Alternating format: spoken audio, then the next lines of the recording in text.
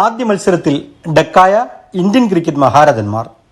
എല്ലാ റെക്കോർഡിലും എന്ന പോലെ ഈ റെക്കോർഡിന്റെ ക്രെഡിറ്റിലും ആ ദൈവത്തിന്റെ കയ്യൊപ്പോടെ തുടങ്ങുന്നതാവും ഉചിതം.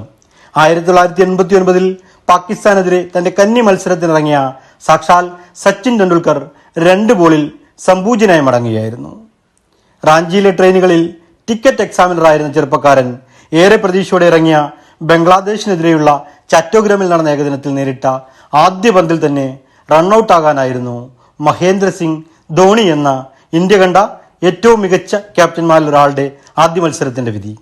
ഗബ്ബാർ സിംഗ് ആയി ഇന്ത്യൻ ക്രിക്കറ്റിന്റെ ഓപ്പണിംഗ് ബാറ്റിംഗിന്റെ തീയായി മാറിയ ശിഖർ ധവാൻ തന്റെ കരിയറിലെ ആദ്യ മത്സരത്തിൽ ഓസ്ട്രേലിയക്കെതിരെ സംപൂജ്യനായി മടങ്ങുകയായിരുന്നു.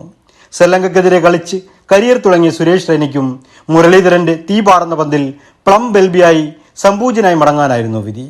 കാലം മൂശയിൽ ഉരുക്കിയെടുത്ത സ്വർണം പോലെ തിളങ്ങി വിളങ്ങി ഇന്ത്യൻ ക്രിക്കറ്റിന്റെ യശസ് ഉയർത്തിയവരാണ് മേൽപ്പറഞ്ഞവരെല്ലാം എന്നത് തന്നെ ഒരു കളി ഒരു പ്രതിഭയുടെയും ആൽഫയോ ഒമേഗയോ ആകുന്നില്ല എന്ന തത്വം അടിവരയിട്ടുറപ്പിക്കുന്നു.